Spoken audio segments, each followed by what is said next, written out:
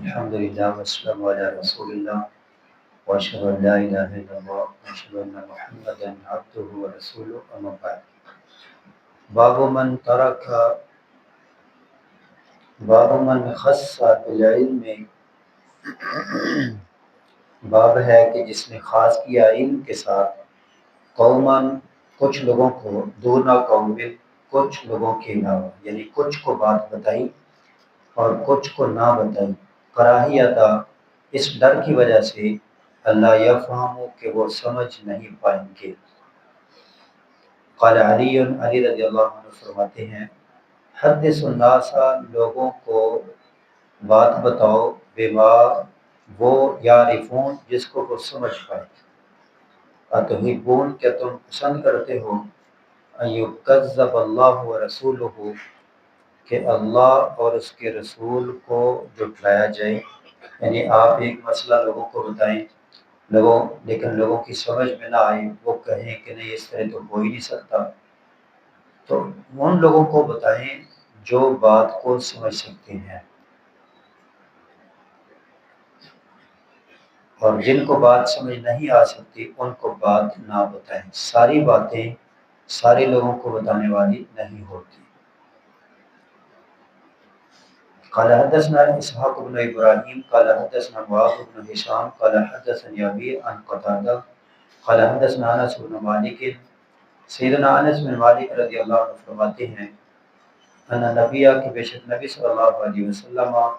و معاذ ردیفہ، اور معاذ ان کے ساتھ پیچھے بیٹھے ہوئے تھے، الرحل، سواری کے اوپر۔ قال کہا، یا معاذ بن جبل، اے معاذ بن جبل، قال لبیک یا رسول اللہ وسعدی، حاضر اللہ کے رسول، میں بار بار حاضر۔ قال یا معاذ، کہا اے معاذ، قال لبیک یا رسول اللہ وسعدی، ثلاثا، ایسے 3 بار کہا۔ قال پھر کہا، ما من احد، نہیں کوئی ایک، یشہد، جو گواہی دے، اللہ الہ الا اللہ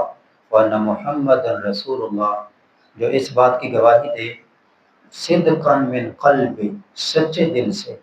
الا حرمہ اللہ علی النار، مگر اللہ اس کو آگ پر حرام کر دے گا، یعنی سچے دل سے جو کلمہ پڑھ لے تو جہنم اس پر حرام۔ قال یا رسول اللہ، قال کہ رسول، افلا اخبر به الناس، کیا یہ میں بات لوگوں کو بتانا دوں، فیستبشروا، تاکہ وہ خوش ہو جائیں۔ قال اذن یتکلوا، تب وہ بھروسہ کر کے بیٹھ جائیں گے، یعنی آپ نے کہا کہ لوگوں کو نہ بتاؤ، اگر تم نے لوگوں کو بتا دیا تو لوگوں نے کہنا ہے کہ جنت میں تو چلے ہی جانا ہے، چلو اب اعمال کرنے کی کیا ضرورت ہے، نمازیں، روزے، حج، زکوٰۃ، نفل چوڑے۔ فاخبر بها، اور یہ بات بتائی معاذ بن جبل نے، عند موت ہی، اپنی موت کے وقت، تعصما، گناہ سے بچنے کے لیے، کہیں اللہ کے رسول کی ایک حدیث وہ اپنے دماغ میں، دل میں لیے دنیا سے نہ چلے جائیں، کیونکہ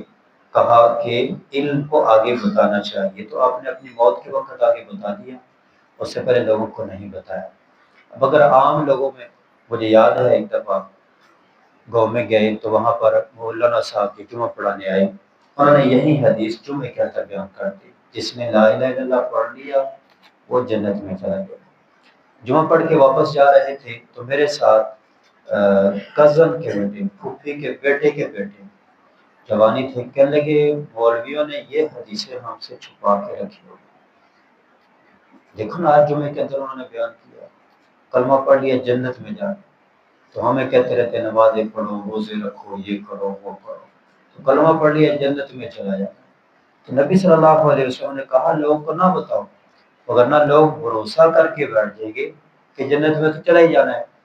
لیکن اگلی بات عوام کو معلوم نہیں، آپ لوگ باقاعدہ مستقل نمازیں پڑھ رہے ہیں، آپ تو ان باتوں کو سمجھتے ہیں کہ ایک آدمی دنیا میں ساری زندگی ناز و نعمتوں میں پلنے والا، کبھی اس نے کوئی تنگی تکلیف نہیں دیکھی،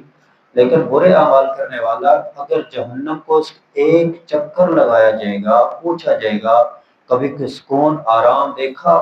ساری زندگی آرام کی زندگی بسر کرنے والا سارے آرام کو بھول جائے گا، کہے گا میں نے تو کبھی کوئی سکون نام کی کوئی چیز نہیں دیکھی۔ تو ایک چکر اس قدر تکلیف دہ ہے،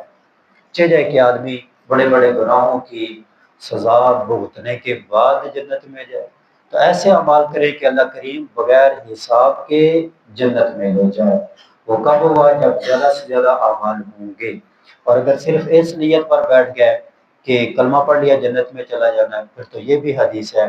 جس نے شرک نہ کیا وہ جنت میں چلا، لیکن وہ کب ہے؟ جہنم میں جل جل کے اللہ کریم آخر کار ان کو نکال لے گا۔ جس نے شرک نہیں کیا ہوگا ان کو جہنم سے نکال دے گا اور وہ جنت میں چلے جائیں گے، اور جو بغیر حساب کے جنت میں جائیں گے وہ کون لوگ ہوں گے؟ تو یہ اس طرح کی حدیثیں عام مجلس کے اندر، عام درس کے اندر، اور عام جمعے کے اندر، عام جو بیان ہوتا ہے، خطبہ ہوتا ہے، یا جو جلسہ ہوتا ہے اس کے اندر نہیں بیان کرنی چاہیے۔ تو اللہ کریم سے دعا ہے کہ اللہ کریم ہمیں احادیث کو کما حق کو پڑھنے، سمجھنے اور ان پر عمل کرنے کی توفیق عطا فرمائے۔ وما علی الا البلاغ۔